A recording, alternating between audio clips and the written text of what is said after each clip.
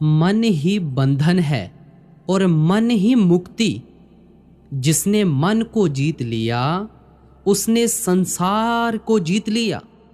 पर ये मन बहुत चंचल है, बहुत चंचल।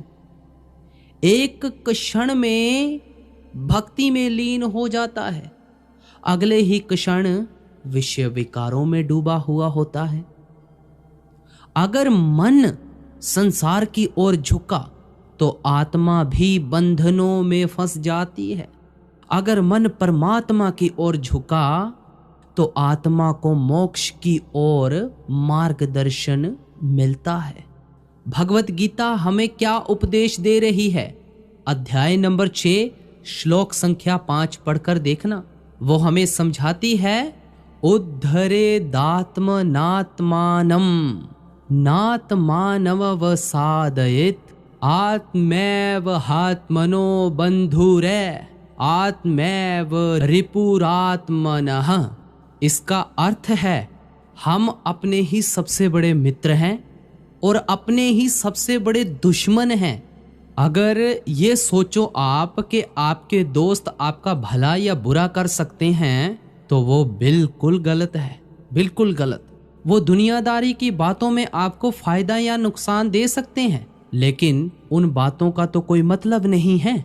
आप अपने आप को खुद इस दुनिया से ऊपर उठाकर ज्ञान हासिल करने की कोशिश कर सकते हैं, भजन सिमरन करने की कोशिश कर सकते हैं। आपको खुद ही मेहनत करनी होगी इस कर्मों के जाल से बाहर निकलने की। अगर आप कोशिश नहीं करेंगे तो आप खुद सोचो कि आप इन कर्मों के जाल से क्या निकल सकते हैं? कभी नहीं निकल सकते हैं, क्योंकि मरते भी आप हैं और जीते भी आप हैं। और मेहनत करेंगे तो मालिक को भी आप हासिल कर सकते हैं, क्योंकि बिना मेहनत के सैलरी तक नहीं मिलती है, मालिक कहाँ से मिल जाएगा? तो मेहनत तो करनी पड़ेगी। गुरु प्यारे साध संगत जी, राधा स्वामी जी, आज का सत्संग बड़ा ही खास होने जा रहा है और आप जी से बेनती करूंगा कि इस सत्संग को बड़े ही प्रेम भाव के साथ ध्यानपूर्वक सुनिएगा। आज की बाणी पलटू साहिब जी की बाणी है और सत्संग के वचन हैं, साहिब के दरबार में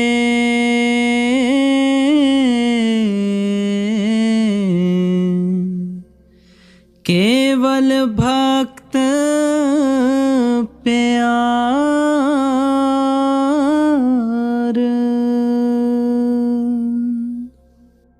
हर एक महात्मा का एक ही संदेश है भाई, एक ही उपदेश है, हर बार सत्संगों में फरमाया जाता है। अगर हम खुले दिल से किसी भी महात्मा की वाणी को खोजकर देखें या पढ़कर देखें तो यही पता चलेगा कि हर एक महात्मा ने हमें एक ही उपदेश दिया है। ये जितने भी धर्म दिखाई दे रहे हैं सबके अपने अपने रीति रिवाज हैं, लेकिन इन सब धर्मों की तह में जो रूहानियत है, हकीकत है, वह भाई एक ही है, कोई अलग नहीं है। संत महात्मा हमें रीति रिवाजों में फंसाने के लिए नहीं आते, वे तो सिर्फ रूहानियत का प्रचार करने के लिए आते हैं। आप किसी भी महात्मा की वाणी को पढ़कर देख लें, सबने अपने एक ही अनुभव का बयान किया है। ये पलटू साहिब की वाणी है। पलटू साहिब यूपी के अंदर अयोध्या नगरी में एक प्रसिद्ध महात्मा हुए हैं। जो कुछ भी आपने कहा है बड़े साहस और निडरता के साथ कहा है। आप उपदेश करते हैं कि हम सबको उस परमात्मा की तलाश है, हम सब दुनिया के जीव वापस जाकर उस परमात्मा से मिलना चाहते हैं। हमारी आत्मा उस परमात्मा का अंश है, हम उस सतनाम रूपी समुद्र के कतरे हैं। हम उस मालिक से बिछुड़कर इस माया के जाल में फंसे हुए हैं। यहाँ आकर हमारी आत्मा ने मन का साथ ले लिया है और मन इंद्रियों के भोगों, विषय विकारों, शराबों, कबाबों और दुनिया के धंधों का आशिक है। हम मन के अधीन होकर जो जो अच्छे या बुरे कर्म करते हैं उनका नतीजा साथ साथ हमारी आत्मा को भी भुगतना पड़ता है। महात्मा समझाते हैं कि जो कुछ भी हम आंखों से देख रहे हैं भाई, ये कर्म भूमि है, कर्मा संदड़ा खेत है। यहाँ आकर हम जैसा बीज बोएंगे वैसी ही फसल काटने आना पड़ेगा। अगर कोई मिर्च बोता है तो वह मिर्च की फसल काटता है। अगर कोई आम का पौधा लगाता है तो आम की फसल खाता है। अगर अच्छे कर्म करेंगे तो अच्छा नतीजा भुगतने के लिए आ जाएंगे, बुरे कर्म करेंगे तो बुरा नतीजा भुगतने के लिए आ जाएंगे।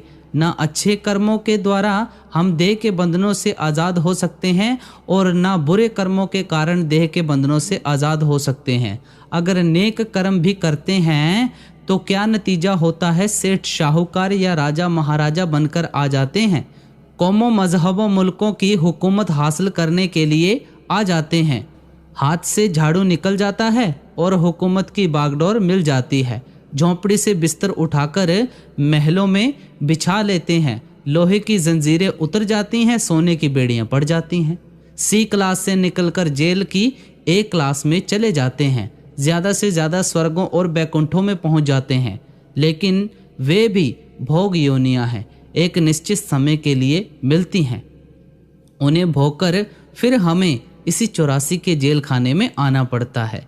अगर बुरे कर्म करते हैं फिर तो नरक और 84 हमारे लिए तैयार रहती है।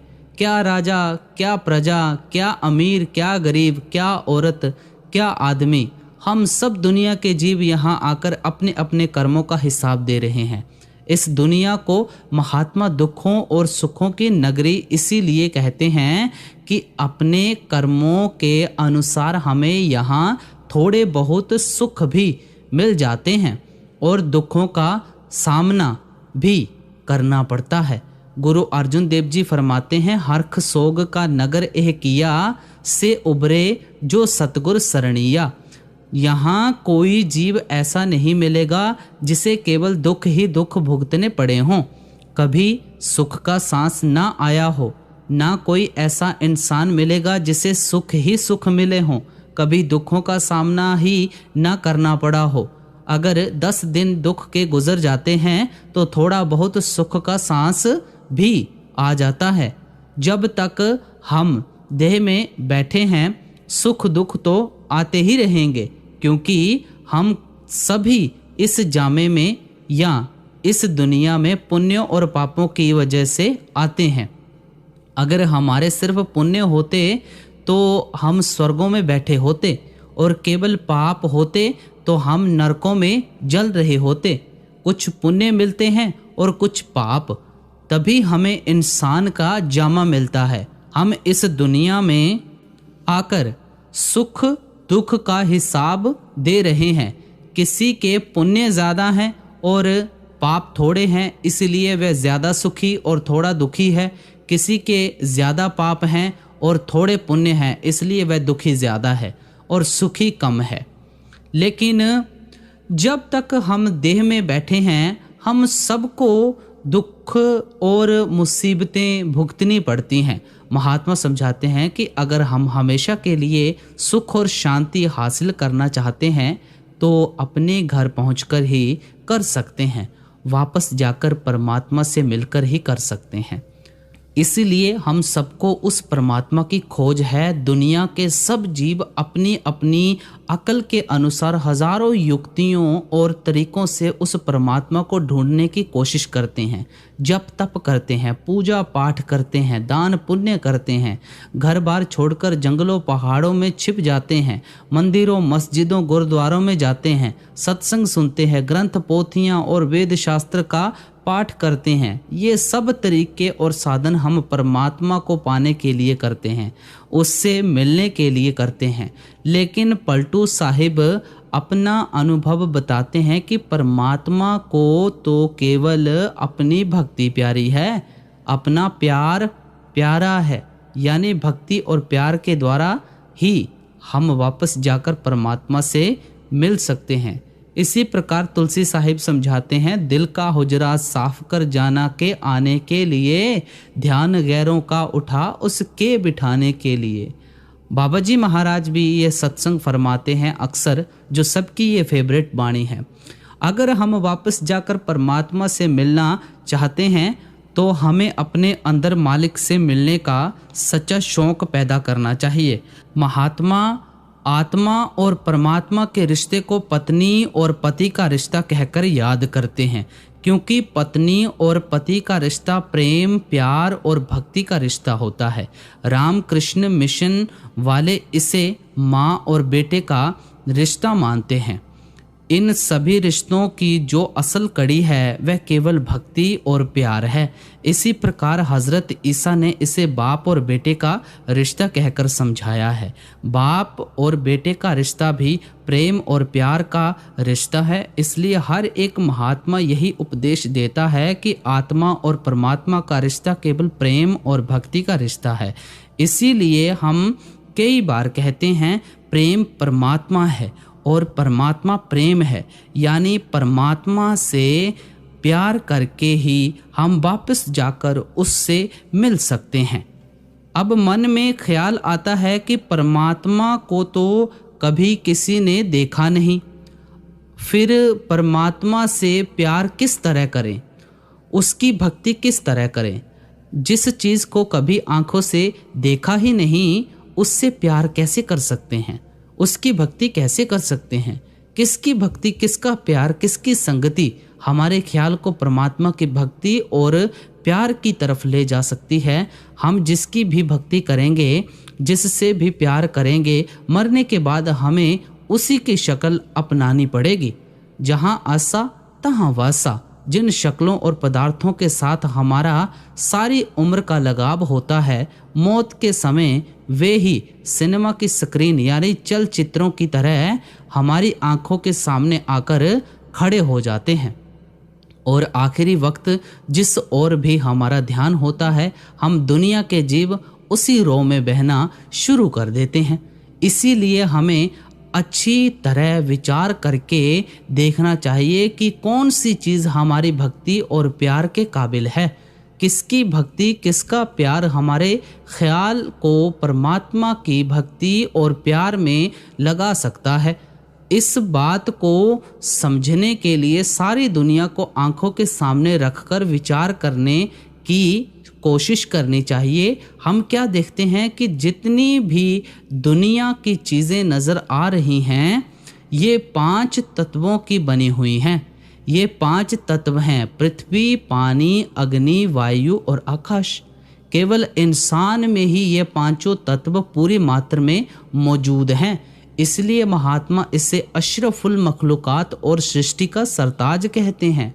इस दुनिया में पहली किस्म उन जीवों की है जिनमें केवल पानी का तत्व प्रधान है, और सब्जी, घास फूस, पेड़ पौधे आदि। अगर हम 5 तत्व के पुतले होकर इन पेड़ पौधों की भक्ति करना शुरू कर देंगे तो आप ही सोचें कि हम तरक्की करेंगे या नीचे गिरेंगे।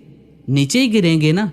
तो हम अपनी सोच को क्यों नहीं ऊंचा लेकर जाते हैं। हुजूर बड़े महाराज जी हमें बहुत ही सुंदर उदाहरण देकर समझाया करते थे कि अगर हम एक कमरे में बहुत से रेडियो रख दें जिनका कनेक्शन किसी बैटरी या बिजली से ना हो तो हम किसी देश की खबरें नहीं सुन सकते। अगर उन्हें बिजली या बैटरी से जोड़ दिया जाए तो हम जिस देश की चाहें खबरें सुन सकते हैं। हमें मालिक के ऐसे भक्तों और प्यारों की खोज करनी है और उनकी संगति करनी है जिनकी लिव उस परमात्मा के साथ लगी हुई है। हमें उनकी संगति इसलिए करनी है कि उनकी संगति में जाकर हमारा भी ख्याल परमात्मा की भक्ति की ओर चला जाए और हमें भी परमात्मा की भक्ति करने के तरीके और साधन का पता चल जाए। हमारा मन हमेशा संगति और सोबत का असर लेता है।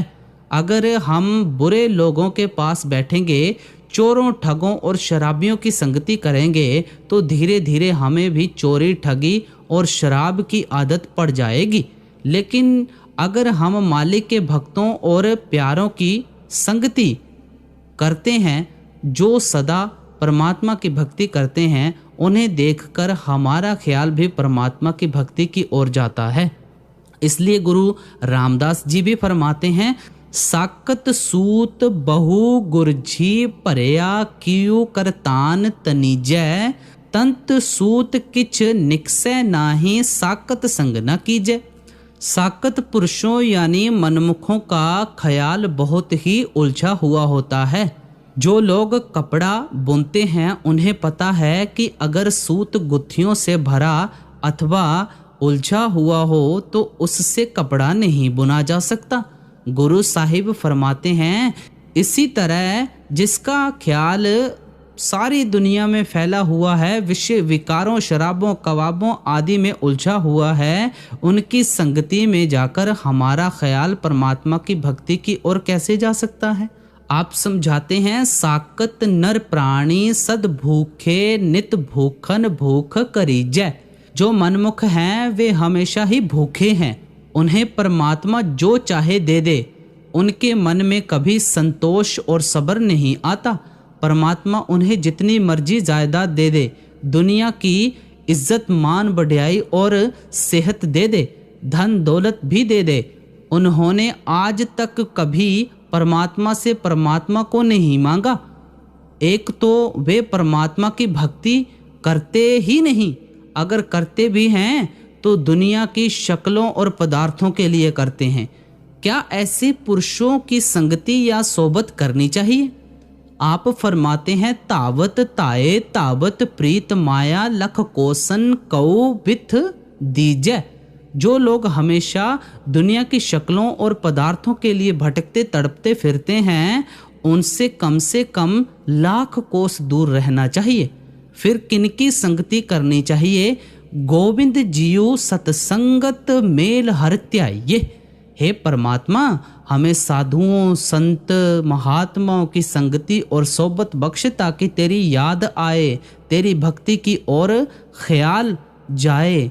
यही कबीर साहिब फरमाते हैं, कबीर संगत साध की जो की भूसी खाए, खीर खंड भोजन मिले साकत संग न जाए।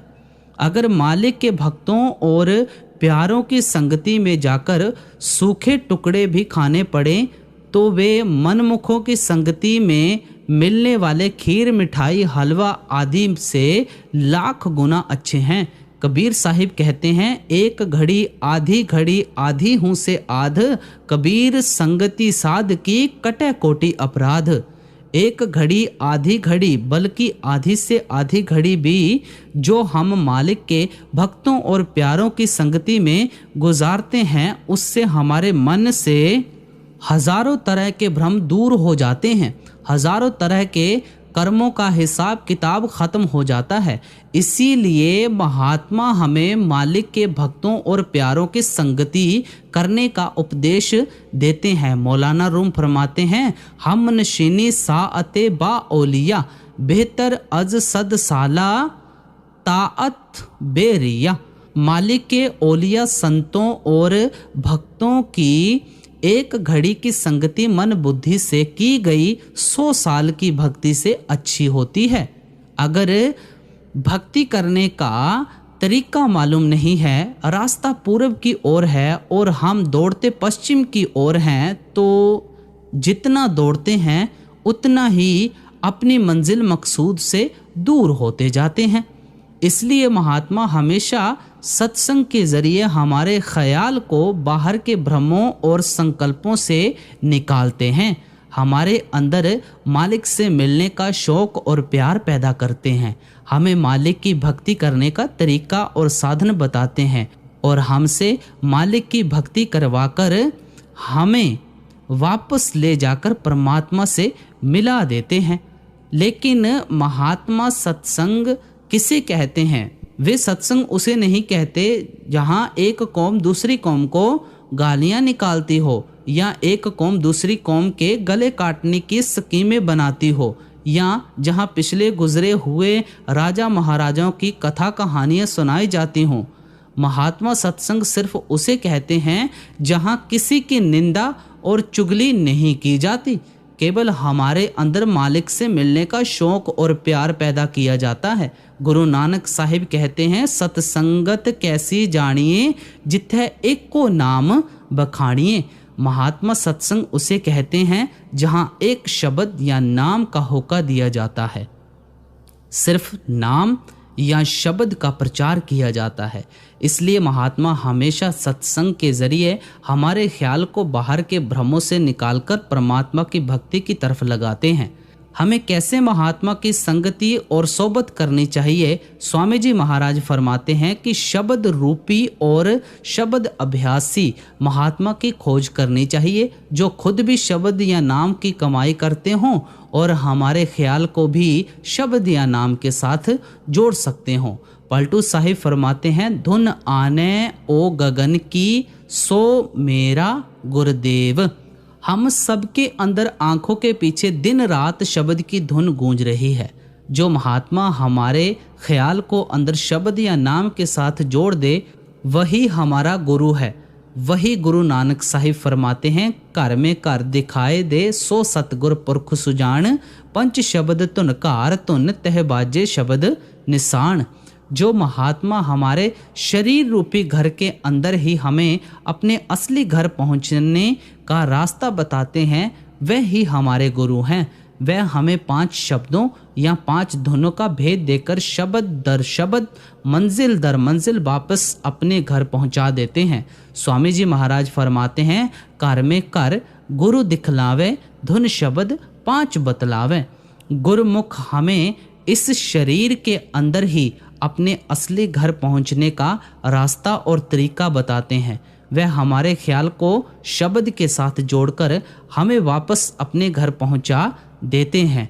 हमें ऐसे शब्द स्वरूपी तथा शब्द अभ्यासी महात्मा की खोज करनी है।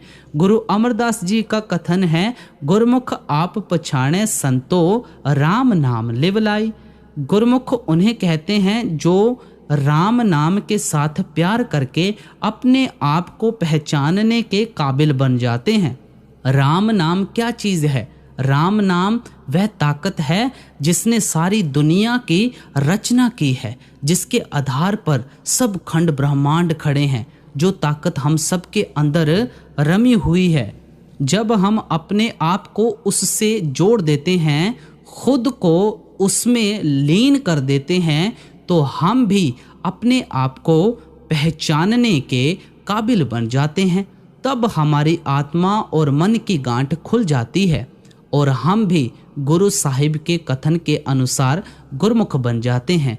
जब तक हमें अपने आप का पता नहीं चलता, हमें उस परमात्मा की किस तरह समझ और बूझ आ सकती है। अपने आप का पता तभी चलता है जब अपने मन को काबू कर लेते हैं, जब आत्मा और मन की गांठ खुल जाती है। पलटू साहिब इतिहास में से बड़ी सुंदर मिसालें देकर समझाते हैं कि मालिक के प्यारों और भक्तों की संगति से लोग किस तरह फ़ायदा उठाते रहे हैं। अब अगली कड़ी में फरमा रहे हैं जी, केवल भक्त प्यार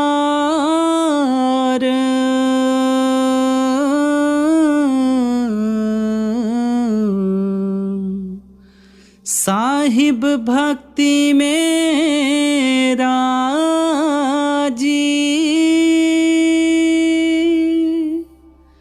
तजा सकल पकवान,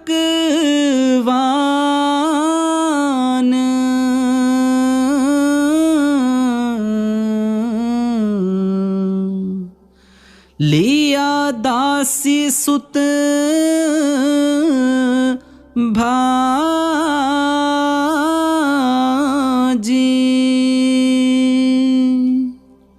आप फरमाते हैं कि श्री कृष्ण जी महाराज दुर्योधन की नगरी में जाते हैं।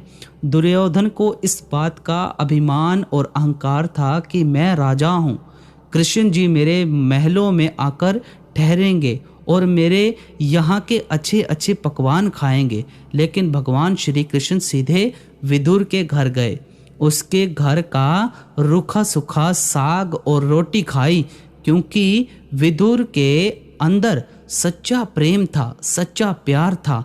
आपको अभिमानी पुरुष से क्या लेना था? मालिक के भक्त और प्यारे तो हमेशा नम्रता, प्रेम और प्यार के बंधे होते हैं। अब अगली कड़ी में फरमा रहे हैं जी, जप तप नेम आचार करे,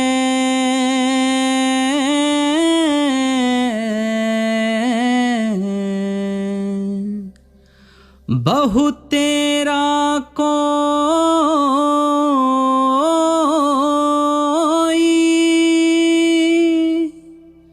खाए से वरी के बेर मुए,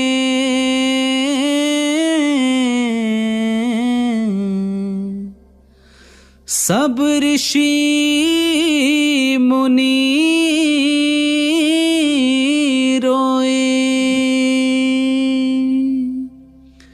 अब श्री रामचंद्र जी महाराज का उदाहरण देते हैं। जब आप वनवास में थे तब बहुत से तपस्वियों, ऋषियों, मुनियों को इस बात का अहंकार था कि भगवान हमारी कुटिया में पधारेंगे। उनको देखकर गरीब शबरी के मन में भी चाव और प्यार पैदा हुआ कि रामचंद्र जी महाराज उसकी कुटिया में क्यों ना पधारें। अब सोचती है, अगर भगवान मेरी कुटिया में आ गए तो मैं उन्हें खाने के लिए क्या पेश करूंगी। गरीब जाति की थी, उसे पेड़ों पर से फल कौन तोड़ने देता। वह जंगल में जाती, जो भी बेर उसे नीचे गिरे हुए मिलते हैं उन्हें इकट्ठा करके घर ले आती।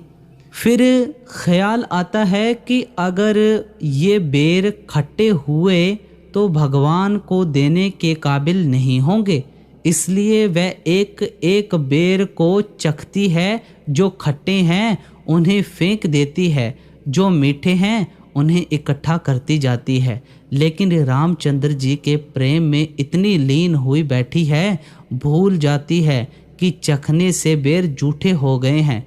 पलटू साहिब कहते हैं, रामचंद्र जी महाराज सीधे उस गरीब भीलनी की झोंपड़ी में गए और उसके जूठे बेर खाए, क्योंकि उसके मन में सच्चा प्रेम था, सच्चा प्यार था।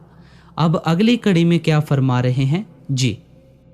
क्या युधिष्ठिर यज्ञ बटोरा,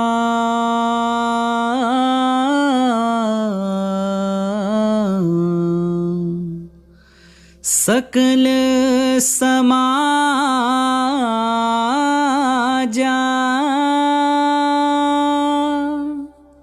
मर्दा सबका मान सुपच,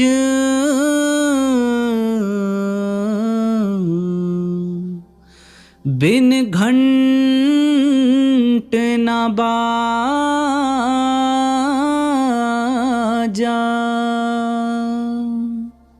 अब पलटू साहिब फरमाते हैं कि जब महाभारत का युद्ध खत्म हुआ तो पांडवों ने अश्वमेध यज्ञ रचाया।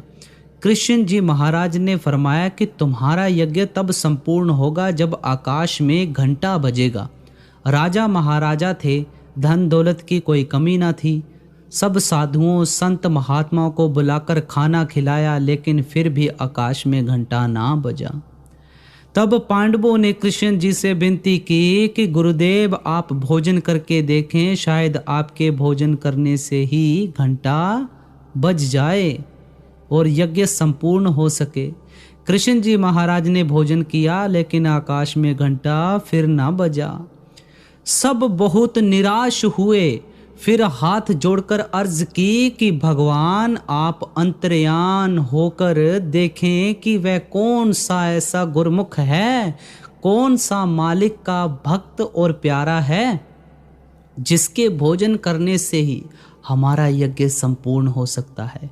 कृष्ण जी ने फरमाया कि यहाँ से थोड़ी दूर सुपुच नाम का एक मालिक का भक्त और प्यारा है। वह निम्न जाति का है, लेकिन परमात्मा की भक्ति में लीन बैठा है। जब तक वह तुम्हारे घर आकर भोजन ना कर ले, तुम्हारा यज्ञ संपूर्ण नहीं हो सकता। अभी तक मन में राजा होने का अहंकार था। उन्होंने अहलकारों के हाथ संदेश भेज दिया और सोचा कि जब महात्मा को पता चलेगा कि यहाँ सब साधुओं को मुफ्त खाना दिया जा रहा है तो आप ही आकर खा लेंगे, क्योंकि गुड़ पर मक्खियाँ तो अपने आप ही आ जाती हैं। लेकिन महात्मा को क्या आना था। तब पांचों भाइयों ने जाकर महात्मा से भोजन के लिए पधारने की विनती की। महात्मा को पता था कि इनका हृदय शुद्ध नहीं है, निर्मल और साफ नहीं है। उन्होंने शर्त रख दी कि जब तक आप मुझे 100 अश्वमेध यज्ञों का फल नहीं देते मैं आपके घर आकर भोजन नहीं कर सकता। निराश होकर वापस घर आ गए कि हमारा तो एक अश्वमेध यज्ञ संपूर्ण नहीं हो रहा, हम महात्मा को 100 अश्वमेध यज्ञों का फल कैसे दे सकते हैं। उनको निराश देखकर द्रौपदी ने सुबह उठकर स्नान करके अपने हाथों से खाना बनाया और नंगे पांव चलकर महात्मा की कुटिया में हाजिर हुई। द्रौपदी ने हाथ जोड़कर बड़ी नम्रतापूर्वक विनती की कि भगवान आप हमारे घर पधार कर भोजन करें। महात्मा ने द्रौपदी के सामने भी वही शर्त रखी। इस पर द्रौपदी ने फिर नम्रतापूर्वक प्रार्थना की कि गुरुदेव, मैंने आप जैसे मालिक के भक्तों और प्यारों की संगति में सुना है कि अगर पूर्ण महात्मा के दर्शनों के लिए जाएं तो कदम कदम पर अश्वमेध यज्ञ का फल मिलता है। यह सुनकर महात्मा ने जरा भी देरी न की। उन्हें पता था कि द्रौपदी का हृदय साफ है, उठकर उसके साथ चल आए। इसीलिए पलटू साहिब के समझाने का केवल यही मतलब है कि मालिक के भक्तों और प्यारों से हम सिर्फ नम्रता, प्रेम और प्यार के जरिए ही फायदा उठा सकते हैं। अब अगली कड़ी में क्या फरमा रहे हैं जी। पलटू ऊंची जात को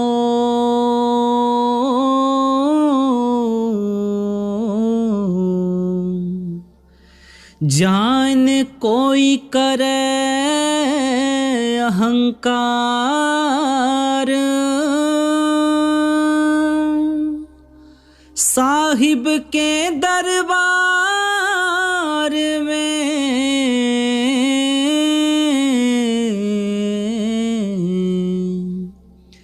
केवल भक्ति प्यार।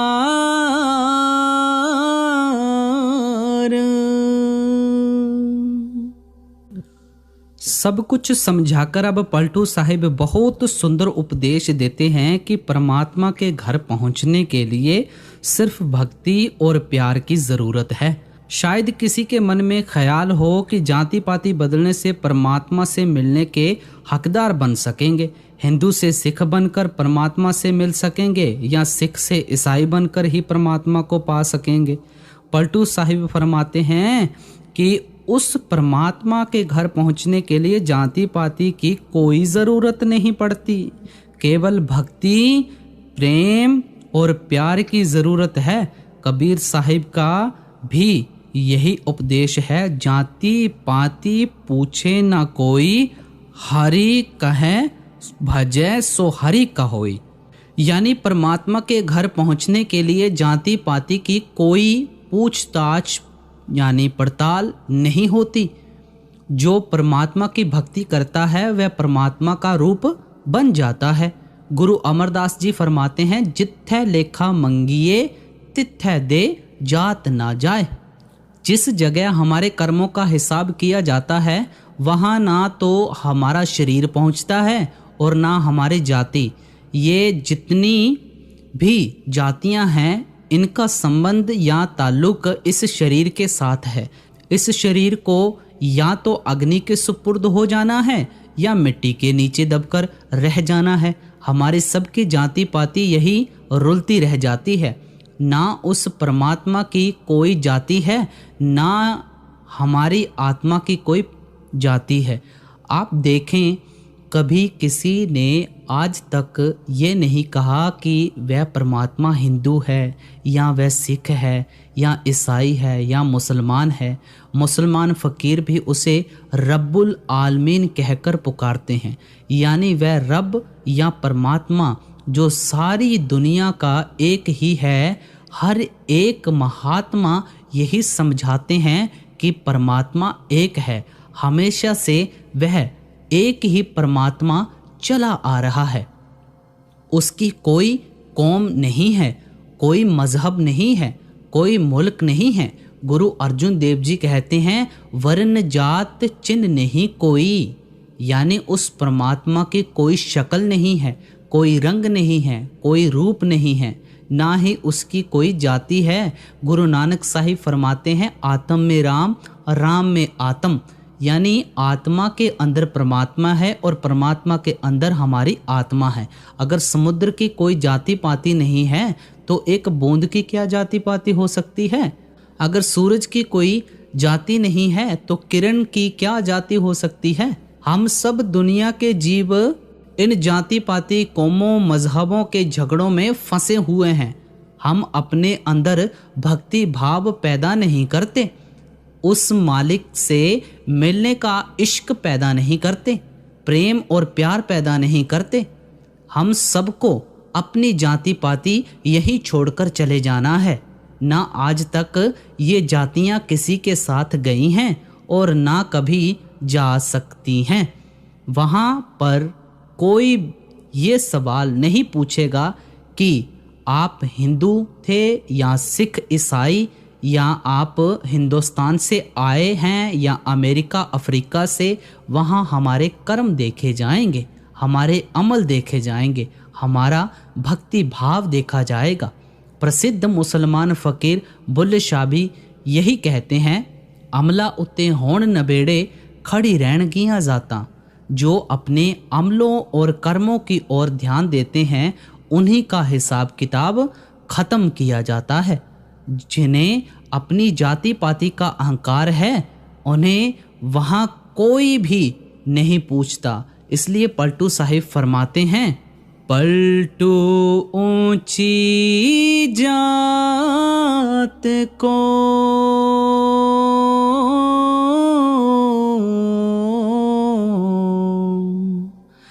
जान कोई करे अहंकार, साहिब के दरबार में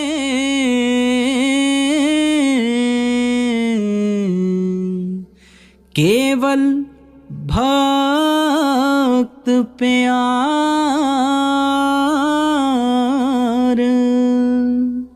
कहीं किसी के मन में ये ख्याल हो कि मैंने ऊंची जाति में जन्म लिया है इसलिए मैं ही परमात्मा से मिलने का हक रखता हूँ, या मैं निम्न जाति में जन्म ले बैठा हूँ, मैं कभी परमात्मा की भक्ति ही नहीं कर सकता। पलटू साहिब समझाते हैं कि आप ये ऊंच नीच का ख्याल ही अपने मन से निकाल दें। परमात्मा के घर पहुंचने के लिए तो सिर्फ भक्ति की ज़रूरत है, केवल प्यार की ज़रूरत है। अब अगली कड़ी में फरमाते हैं जी, उल्टा कुआं गगन में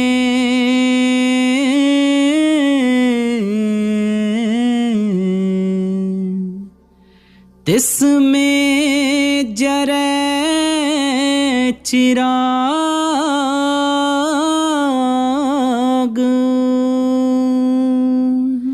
इस कुंडली में पलटू साहिब हमें मालिक की भक्ति करने का तरीका और साधन बताते हैं। आप फरमाते हैं कि जिस परमात्मा की सबको तलाश है वह कहीं बाहर नहीं है, वह हमारे शरीर के अंदर है।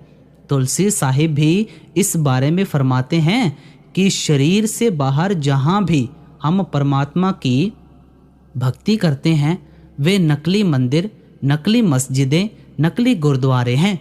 असली मंदिर, मस्जिद, गुरुद्वारा, असली गिरजाघर हमारा अपना शरीर है। जो कुछ महात्मा समझाते हैं वह बिल्कुल सच है। हमारा रूहानी सफ़र पैरों के तलवों से शुरू होकर सिर की चोटी तक है। इस सफ़र की 2 मंजिलें हैं, एक आंखों तक और दूसरी आंखों से ऊपर। हमारे शरीर के अंदर आत्मा और मन की बैठक आंखों के पीछे है, जिसे कोई तीसरा तिल कहता है, कोई शिव नेत्र कहता है, कोई इसे घर दर यानी निज घर जाने का दरवाज़ा कहता है, तो कोई मुक्ति का द्वार। ईसा मसीह ने भी इशारा किया है, खटखटाओ वह खुलेगा, खोज करो उसे पाओगे। यानी इस घर के दरवाजे को खटखटाओ वह खुल जाएगा। जब वह दरवाज़ा खुल जाएगा तो तुम उस स्थान पर तलाश करो, तुम्हें मालिक से मिलने का रास्ता दिखाई देगा। वह स्थान हमारे सबके अंदर आंखों के पीछे, इसी को महात्माओं ने तीसरा तिल और शिव नेत्र कहा है। अब अगली कड़ी में फरमा रहे हैं जी, ज्ञान समाधि सुने और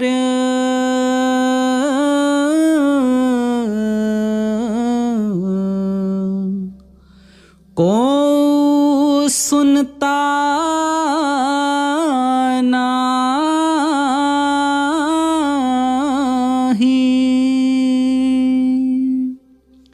यह ज्ञान समाधि कौन सी है?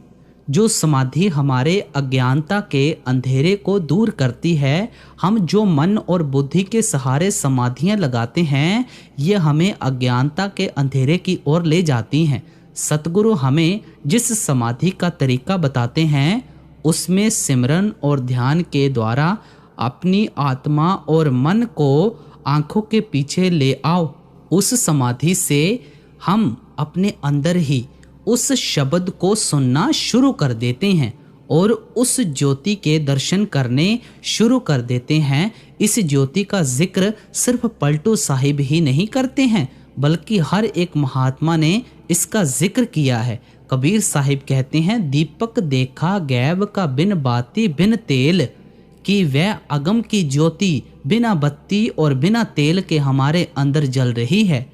यही स्वामी जी महाराज फरमाते हैं, बसो तुम आए नैनन में, सिमट कर एक यह होना, दुई यह दूर हो जावे, दृष्टि ज्योत में धरना।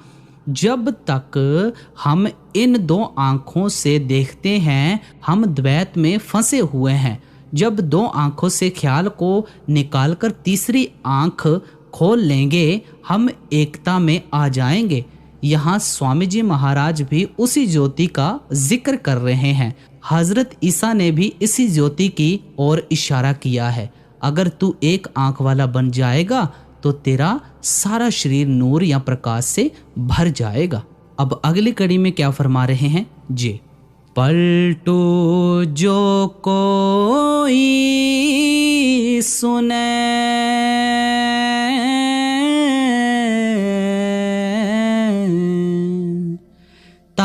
के पूरे भाग,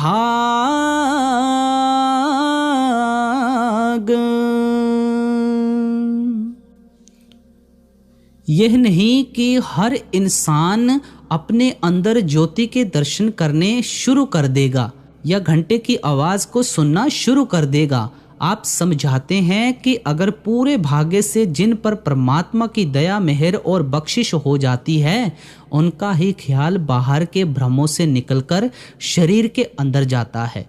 वे ही भाग्यशाली लोग सतगुरु की संगति से फायदा उठाकर सिमरन और ध्यान के जरिए अपने ख्याल को आंखों के पीछे इकट्ठा करके उस ज्योत के दर्शन करते हैं तथा उस घंटे और शंख की आवाज को सुन सकते हैं। इसीलिए गुरु अमरदास जी लिखते हैं, हर साचे पावे सा पूजा होवे। यानी अगर उस परमात्मा को भाएगा, उसे मंजूर होगा, तभी उसकी भक्ति कर सकेंगे। हम दुनिया के जीव अंधे हैं, वह परमात्मा आंखों वाला है। अंधे की कभी ताकत नहीं हो सकती कि वह आंखों वाले को पकड़ ले। जब तक आंखों वाला आवाज देकर उसे अपने पास ना बुला ले या उसके हाथ में अपनी उंगली थमाकर उसे अपने नज़दीक ना ले आए, इसलिए हम दुनिया के जीव इस अज्ञानता के अंधेरे तथा माया के जाल में फंसकर बिल्कुल अंधे हो चुके हैं। वह परमात्मा हम पर दया मेहर और बख्शिश करे तो ही हमारा ख्याल उसकी भक्ति की ओर जा सकता है। इसलिए गुरु नानक साहिब लिखते हैं, जीवन मरना सब तुद्धे ताई, जिस बख्शे तिस दे वडेआई। हे परमात्मा, हम सब का मरण जन्म तेरे हाथ में है। जिन पर तू बख्शिश करता है उनको ही तेरे साथ मिलने की वडेआई मिलती है। 12 माह के शुरू में गुरु अर्जुन साहिब जी प्रार्थना करते हैं, किरत कर्म के विछुड़े कर कृपा मेलो राम। हे परमात्मा, हम अपने कर्मों की वजह से तुझसे बिछुड़कर भटक रहे हैं, चाहे अच्छे कर्म हैं चाहे बुरे, लेकिन ये हमारे कर्म ही हैं जो हमें तुझसे दूर रखे हुए हैं। अगर तू हम पर कृपा दया मेहर व बख्शिश करे और हमें अपने साथ मिला ले, तब ही हम वापस जाकर तुझसे मिल सकते हैं। गुरु अर्जुन साहिब जी आगे फरमाते हैं, आपन लिया जे मिले विछुड़े क्यों रोवण। हे परमात्मा, अगर जीव के अपने अख्तियार में हो कि वह वापस जाकर तुझसे मिल सके, तो किसका दिल करता है कि तुझसे बिछुड़कर बिलखता और रोता फिरे। हमारे वश में नहीं कि अपने आप तुझ तक पहुंच सकें। यही कबीर साहिब जी उपदेश करते हैं, साहिब से सब होत है बंदे ते कछ नाही, राई ते पर्वत करे पर्वत राई नाई। जो कुछ भी होना है साहिब या परमात्मा की दया मेहर और बख्शिश के ज़रिए ही होना है। जीव के कुछ अख्तियार में ही नहीं है। जब वह परमात्मा दया मेहर और बख्शिश करता है, हम राई से पर्वत बन जाते हैं अथवा आत्मा से परमात्मा बन जाते हैं। फिर पता चलता है कि जिस परमात्मा की हम खोज कर रहे थे वह तो हमारी आत्मा के अंदर ही है। परमात्मा हम पर किस तरह दया मेहर और बख्शिश करता है, गुरु अमरदास जी फरमाते हैं, कर्म होवे सतगुरु मिलाए, सेवा सुरत शब्द चितलाए। यहाँ कर्म से मतलब बख्शिश है। मालिक की बख्शिश हुई तो हमारा गुरुमुखों से मिलाप हो गया, और गुरुमुखों ने बख्शिश की तो हमें अपनी सुरत या आत्मा को शब्द के साथ जोड़ने का भेद मिल गया। जब हम सुरत शब्द का अभ्यास करते हैं, हमारे अंदर से दुनिया का मोह या प्यार निकल जाता है। परमात्मा के साथ हमारा मोह या प्यार पैदा हो जाता है। गुरु अमरदास जी तो परमात्मा के लिए यहाँ तक कहते हैं, खोटे खरे तुद आप उपाए, तुद आपे परखे लोक सभाए।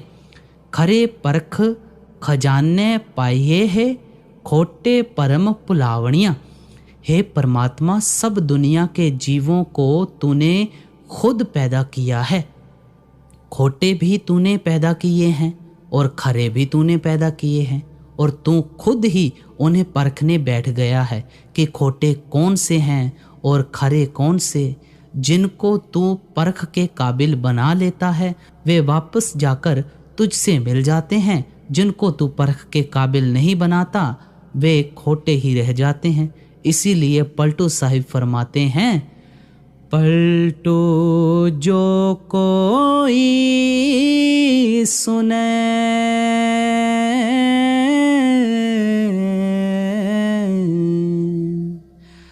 ताके पूरे भाग, उल्टा कुआं गगन में,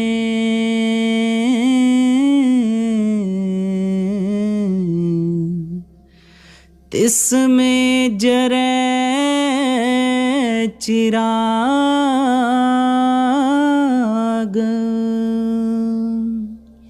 अब सारा सत्संग फरमाकर अंत की कड़ी में फरमाते हैं, वे बड़े खुशकिस्मत लोग हैं, बड़े भाग्यशाली जीव हैं जो परमात्मा की दया मेहर बख्शिश के द्वारा अपने अंदर उस ज्योत के दर्शन करते हैं, उस घंटे और शंख की आवाज़ को सुनते हैं। इस शब्द में पलटू साहिब ने बड़ी अच्छी तरह समझाया है कि हमें क्यों परमात्मा की खोज या भक्ति करनी है और इस देह या शरीर के अंदर जाकर किस प्रकार परमात्मा को प्राप्त करना है। तो प्यारी साथ संगत जी, आज का सत्संग सुना आपने पलटू साहिब जी का, जिसमें पलटू साहिब ने बड़े ही प्यार के साथ हमें समझाया और हिदायतें दी। हर प्रकार की हिदायतों से हमें ये शिक्षा लेनी चाहिए कि हमें भी नाम की कमाई करनी चाहिए, शब्द की कमाई करनी चाहिए। तो प्यारी साध संगत जी, आप जी से बेनती है कि हमारे इस चैनल के ऊपर और भी कई हिंदी सत्संग हैं, पंजाबी सत्संग हैं, साखियाँ भी हैं, जो आपको अंत में लास्ट में यहाँ एंड कार्ड में शो हो रही होंगी। आप यहाँ पर क्लिक करके साखियाँ भी सुन सकते हैं और भी सत्संग सुन सकते हैं। तो प्यारे साध संगत जी, आपसे हम इजाज़त लेते हैं, मिलते हैं एक और नए सत्संग के साथ। चैनल को सब्सक्राइब करना ना भूलें और साथ में ऑल नोटिफिकेशन बेल दबाना भी ना भूलें। सभी को राधा स्वामी जी।